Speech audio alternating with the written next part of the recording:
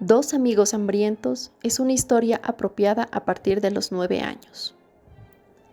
Esta es la tragicómica historia de un perro y de un joven, unidos por la amistad y por el hambre, y de todas las peripecias que tienen que afrontar para poder comer. Finalmente, todo se arregla gracias a la fidelidad y al afecto de Dubsky, el perro, y también a la audacia que da la desesperación. Comencemos. Era violinista, no tenía trabajo y estaba hambriento. Acababa de depositar su violín en el estuche con mucho cuidado, como si estuviera dejando a un niño en su cuna. A continuación, enfundó el arco del violín en la tapa del estuche, se metió un pañuelo a cuadros en el bolsillo de la chaqueta y un atril plegable en el otro bolsillo. Finalmente, se puso la gorra. Eligió 3 partituras sucias y muy gastadas entre un montón de hojas y cuadernos de música. Se las puso bajo el brazo y cogió el estuche del violín con la mano. Después llamó con un silbido a su perro Dubsky, un pobre animal tan hambriento que se dedicaba a mordisquear las zapatillas de su amo. Juntos se dirigieron a la Catedral de Colonia. La Catedral de Colonia es gigantesca, por eso sus portadas son también enormes. El violinista se detuvo ante las grandes puertas, se puso las partituras entre las rodillas y el estuche del violín entre los pies. Sacó el atril del bolsillo, estiró las patas de metal y lo plantó delante de él. Después puso las partituras sobre el atril.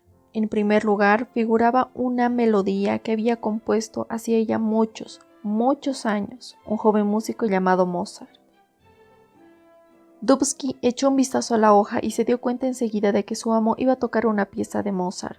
Empezó a menear la cola porque era su compositor favorito. El violinista se quitó la gorra y la puso en el suelo, boca arriba, junto al atril. Se sacó del bolsillo el pañuelo a cuadros y lo desplegó. Dubsky levantó la cabeza y ladró impaciente. Sabía que su amo empezaría a tocar de un momento a otro. El violinista puso el pañuelo sobre el lomo de Dubsky porque necesitaba tener ambas manos libres para sacar el violín y el arco del estuche. Dubsky se quedó muy quieto para que el pañuelo no cayese al suelo. El músico dejó el estuche ya vacío a sus pies, tomó el pañuelo del lomo de Dubsky, lo desplegó bajo su barbilla, apoyó el violín entre la barbilla y el pecho y levantó el arco. Dubsky saltaba de alegría. Por desgracia, antes de que el violinista pudiera arrancarle la primera nota a su instrumento, un golpe de viento se llevó las partituras. Dubsky salió tras ellas. Las hojas se arremolinaban ante su hocico, pero iban demasiado deprisa para poder atraparlas. Aquello lo puso furioso. Se sentó y se puso a ladrar. El violinista volvió a dejar el violín en el estuche y con el arco en la mano y el pañuelo al cuello salió corriendo tras las hojas. La partitura de Mozart había ido a parar a una cloaca. El joven intérprete tuvo que agacharse y tantear el desagüe con el arco para conseguir recuperar la hoja. El pañuelo, entretanto, se había ensuciado. Nada le salía bien. La segunda partitura, una melodía de Corelli, volaba en medio de la plaza de la catedral entre los folletos publicitarios de una tienda de comestibles inaugurada recientemente.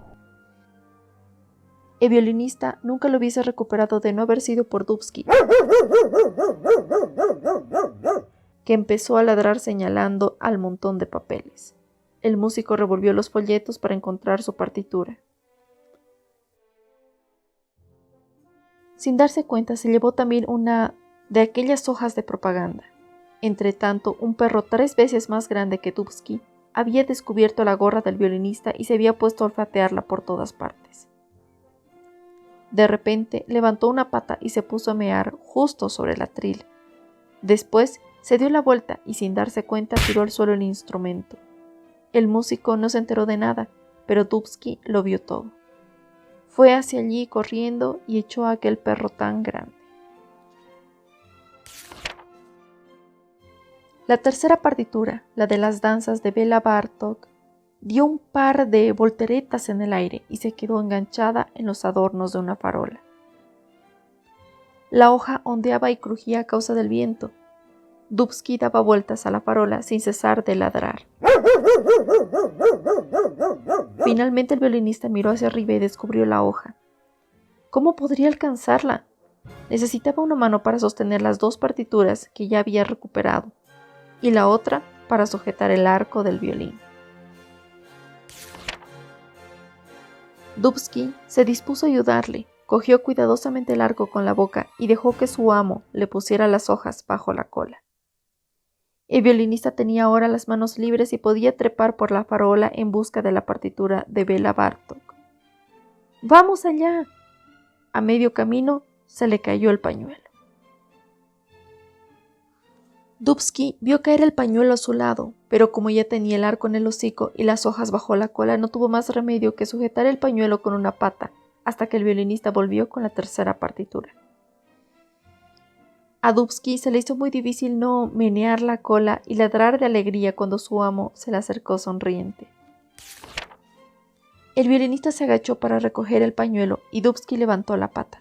Seguidamente, cuando se dispuso a recoger las hojas, Dubski levantó la cola. Por último, el músico cogió el arco y acarició a su fiel amigo. ¡Por fin, por fin, por fin! Dubski ya podía saltar alrededor de su dueño, ladrar y menear la cola. Volvieron juntos al lugar donde se habían instalado antes. Afortunadamente, el estuche del violín aún estaba allí. El violín estaba en su sitio, dentro del estuche, y la gorra al lado del atril, que había caído al suelo. De pronto, una sombra se proyectó sobre ellos. Se trataba de un hombre ya mayor que llevaba un organillo de manubrio. Tenía cara de pocos amigos y parecía amenazar al violinista con el puño.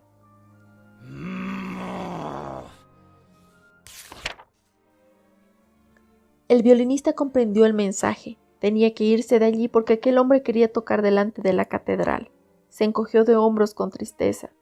Por supuesto, era más joven que el organillero. Mucho más joven, de hecho, pero su adversario parecía un boxeador. El violinista, en cambio, era bajo y delgado, y no estaba hecho para pelear. Así pues, se puso la gorra y llamó con un silbido a Dubski para que se fuese con él. Pero Dubski no solo no obedeció, sino que se plantó delante del organillero y empezó a gruñirle. Aquel hombre ni siquiera había esperado a que los dos amigos se marchasen. Empezó a dar vueltas a la manivela y la canción de los pescadores de Capri resonó por toda la plaza.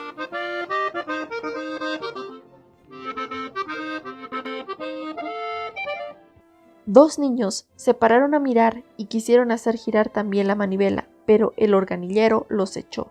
Dubski, en cambio, no se dejaba intimidar. Empezó a aullar, gemía y aullaba tan alto y de manera tan lastimera que la música del organillo apenas podía percibirse. Algunas personas reían, otras echaban pestes y se tapaban los oídos. El organillero se lanzó sobre Dubski, pero el perro se hizo a un lado sin dejar de aullar.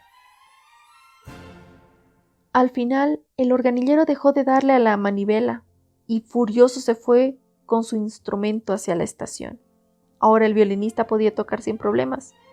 Se volvió a quitar la gorra y la dejó en el suelo. Acto seguido, se sacó una pinza muy grande del bolsillo izquierdo del pantalón y la usó para fijar las partituras al atril. Dubski, impaciente, golpeaba las patas del atril con la cola. El violinista se sacó el pañuelo del bolsillo derecho del pantalón y se lo puso bajo la barbilla. Después, extrajo el violín del estuche, se lo colocó entre la barbilla y el pecho.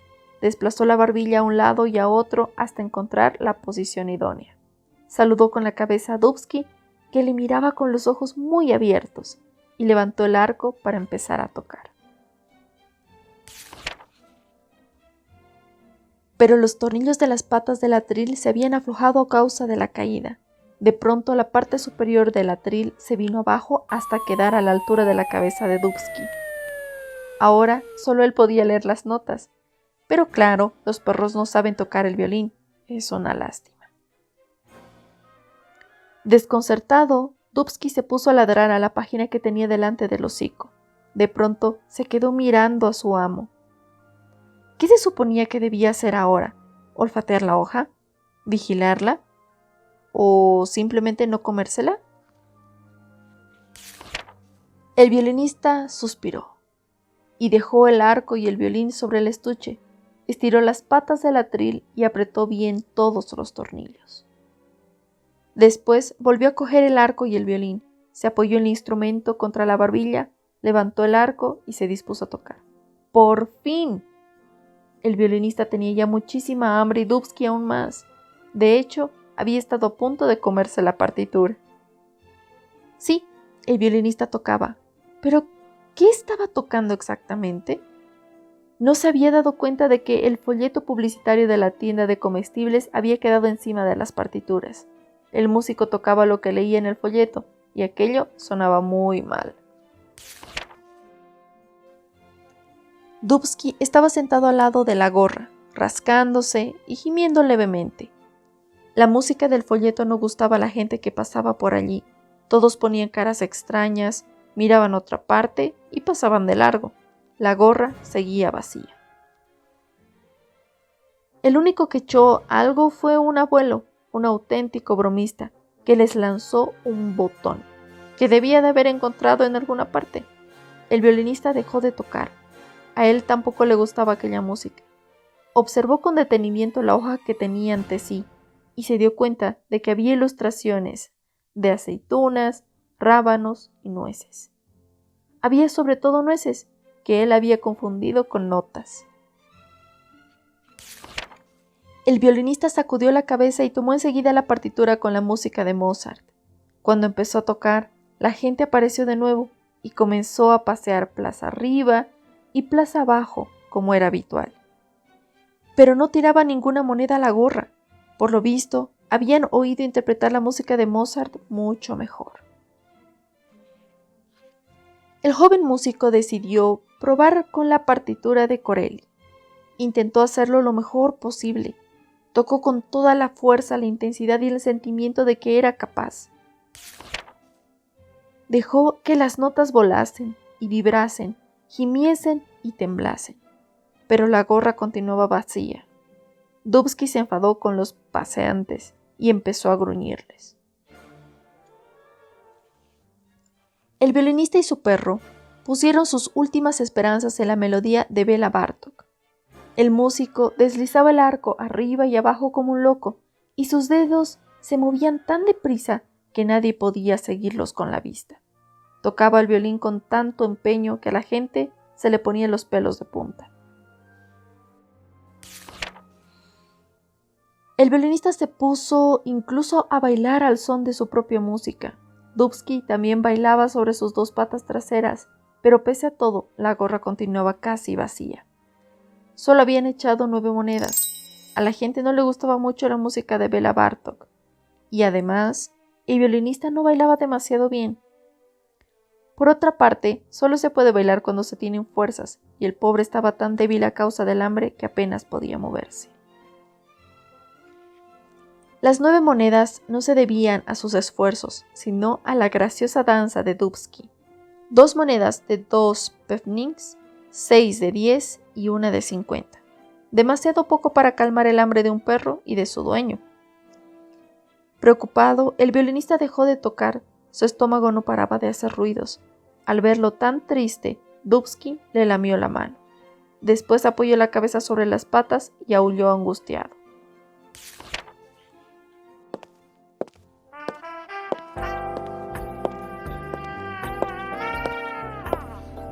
De pronto, una señora pasó por delante. Caminaba muy erguida, con aire distinguido y sin mirar ni a izquierda ni a derecha. Los extremos del pañuelo de seda que llevaba alrededor del cuello ondeaban al viento. Una de las puntas con sus largos flecos se enganchó al atril y lo derribó. La pinza que sujetaba las partituras saltó y el viento se llevó las hojas. Las partituras volaron hasta llegar a las estatuillas de piedra de los reyes, emperadores, ángeles y santos que decoraban la catedral de Colonia. Se pusieron a revolotear entre los respetables personajes situados sobre la puerta principal y asustaron a las palomas que se posaban siempre sobre los ángulos y aristas de las figuras. Después continuaron su ascensión hacia las ventanas más altas y las contrafuertes. Cada vez volaban más y más alto y el violinista, desesperado, no las perdía de vista.